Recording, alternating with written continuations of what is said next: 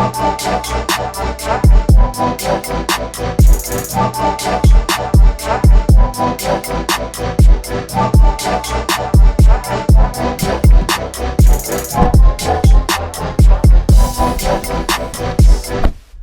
guys, welcome back to the channel. Today, as you can see, I'm in something a little bit different. This is a 2019 Suzuki Swift, but it's got a hybrid engine and a turbocharger. Many things to talk about in this. This is actually my courtesy car, as you can see by the branding down the side of it, from TW Body Repairs. I've actually been in this car for the past sort of 4 or 5 days. So I thought after that, you know, relatively good stint in this car of daily driving it, I have quite a good idea as to what it's actually like to own this thing. So we're going to do an ownership review on this car, mainly because they are incredibly easy to finance, they're cheap to run, they're actually relatively quick for what they are, comfortable, and I feel like this is something for the masses because I have seen, subsequently after driving this around, absolutely tons of these. I never noticed them on the roads prior to me actually getting this for, you know, the week that I'm going to have it.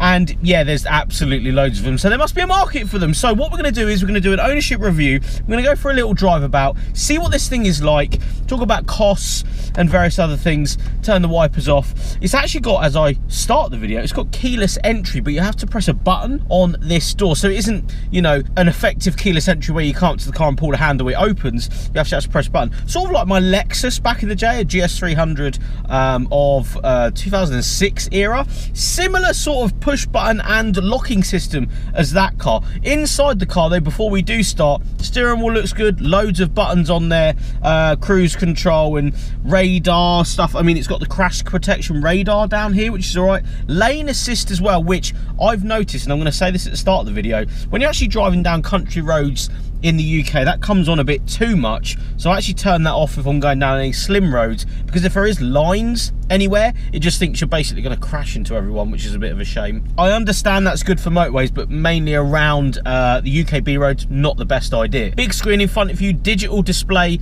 well, center display on the heating. Heating's very good in this as well. It's a brand new car, it should be good, but I always think that the heating should be good, you know. But anyway, enough talking, let's go for a little drive.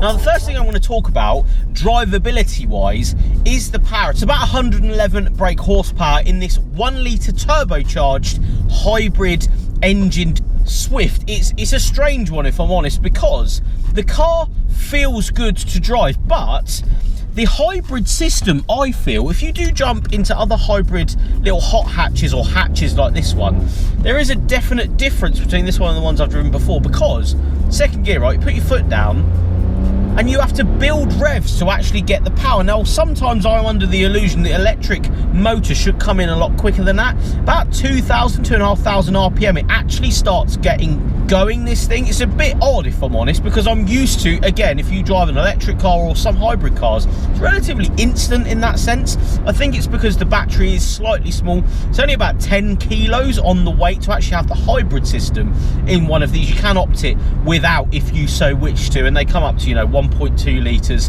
and so on, all the way up to the 1.4s, and, you know, a Swift Sport from this generation would be a good shout. But of course, if you're looking after your pocket and you're not really after a race car or a hot hatch sporty moment, it's probably the car for you. And you know what, just pulling out of the office then, I did just see another blue one of these, so my comment about how these are absolutely everywhere is very apparent because I've genuinely already seen one. But drivability, the gearbox is nice and notchy, there's enough space down on the pedals to, you know, spread out, and it's not too cramped in here, even for a small little hatch like this. I do feel there's enough room for, you know, pretty much 5 adults in here. I do believe it's slightly bigger than some of the hatches that I've previously driven that are relatively new. You've also got this weird sense in this, because all of the glass, there's not a lot of rake in the windscreen, if that makes sense. It's very straight, so all of the glass is really straight. That means that, you know, your pillars, especially the A pillar and stuff, is actually quite small for a new car. Sometimes I feel like, you know, they've got bags and, you know, airbags and stuff in them. Sometimes they're a lot bigger than they need to be. So for visibility, it's very, very high. The mirrors are actually in a really good position as well. One thing about visibility is when you are reversing, I've noticed in this one, you put it in reverse and it convexes the reversing camera, which is fine on some cars, but this one I don't think they've really cracked it because it just seems a little bit off. You have to really concentrate on that rear view camera when you are reversing because it just feels like it's not quite in the center of the car and it's not quite giving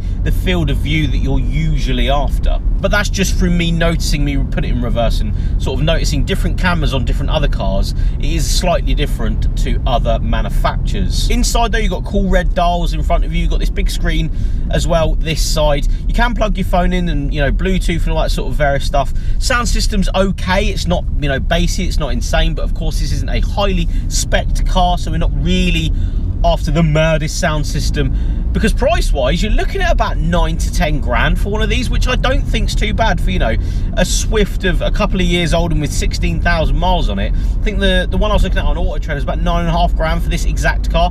I don't think that's too bad. Of course you're not going to, well, I don't know about you, but I probably wouldn't go in and walk in and give someone 9.5 grand for one of these. But I think the finance options were around £220 a month with a 0 deposit. That is very, very cheap for a little car like this. MPG wise, you're looking around 50 combined. You know, I've been getting around 40s if I'm honest. The electric battery and the hybrid system, I do feel like it's helping it go faster. Maybe that's just the way I've been driving it, but it feels like when you're actually charging the battery,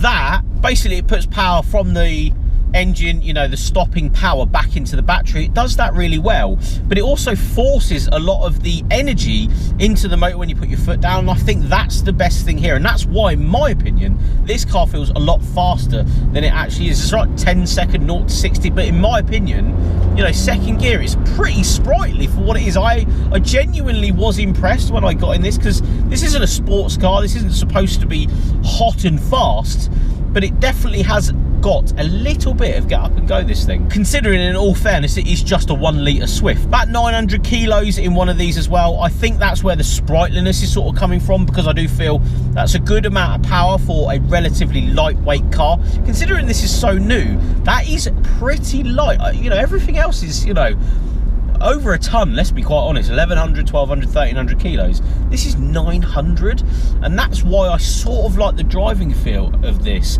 over maybe some of the mini hatches, or at least hybrid hatches that are coming out at the moment. Insurance group, I looked it up, it's a bit vague if I'm quite honest, but I got the general consensus it was group 25, a little bit higher than I was expecting, but still not too bad. Should be relatively cheap for you to insure. I haven't actually filled this up, but it came with a half a tank, and I've done, you know, say a couple hundred miles in this, and it's dropped maybe a quarter of a tank, if that. It hasn't even really gone down a quarter of a tank, so I would believe you would at least get 400, maybe 500 miles out of a tank. I think it's around 35 quid to fill up as well.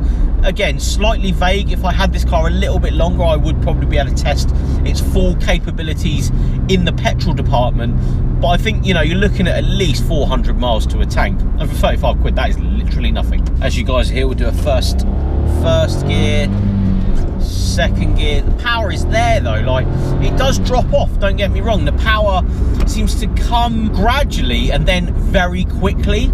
I think that's through the hybrid motor kicking in, because it doesn't kick in straight away in my opinion. I think the peak Newton meters is around 250, 260 in this if I remember correctly, but that comes in at 2000 RPM, and you can actually feel it kick in more than anything. I feel that's the best part about this, is although it's lightweight, there's a bit of steering feel, you know, the clutch and the gearbox feels good, but it also has a slight power band on it as well, something that I usually wouldn't say in cars like this. It's got a slight power band, only slight, but you can feel it come up on the power. Other than that though guys, I actually genuinely like this car. It's very easy to live with, it's easy to get in and out of, the boot's big enough, the back seats are, you know, way big enough for what you need in a small car like this. It's really good on fuel, low on, you know, actually physically buying it in my opinion. You know, say it's a couple hundred, you know, 250 a month if you were to finance one one of these, which is, you know, the general idea of a car like this. Low service and maintenance costs, low fuel costs as well. I do see why there's more of these than I realised out on the road.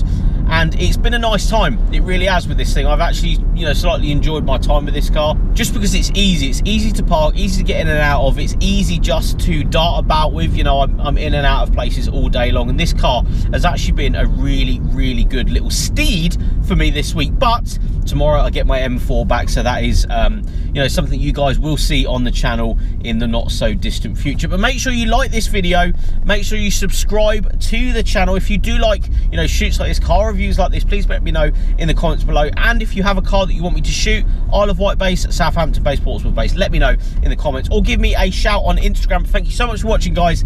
I'll see you on the next one.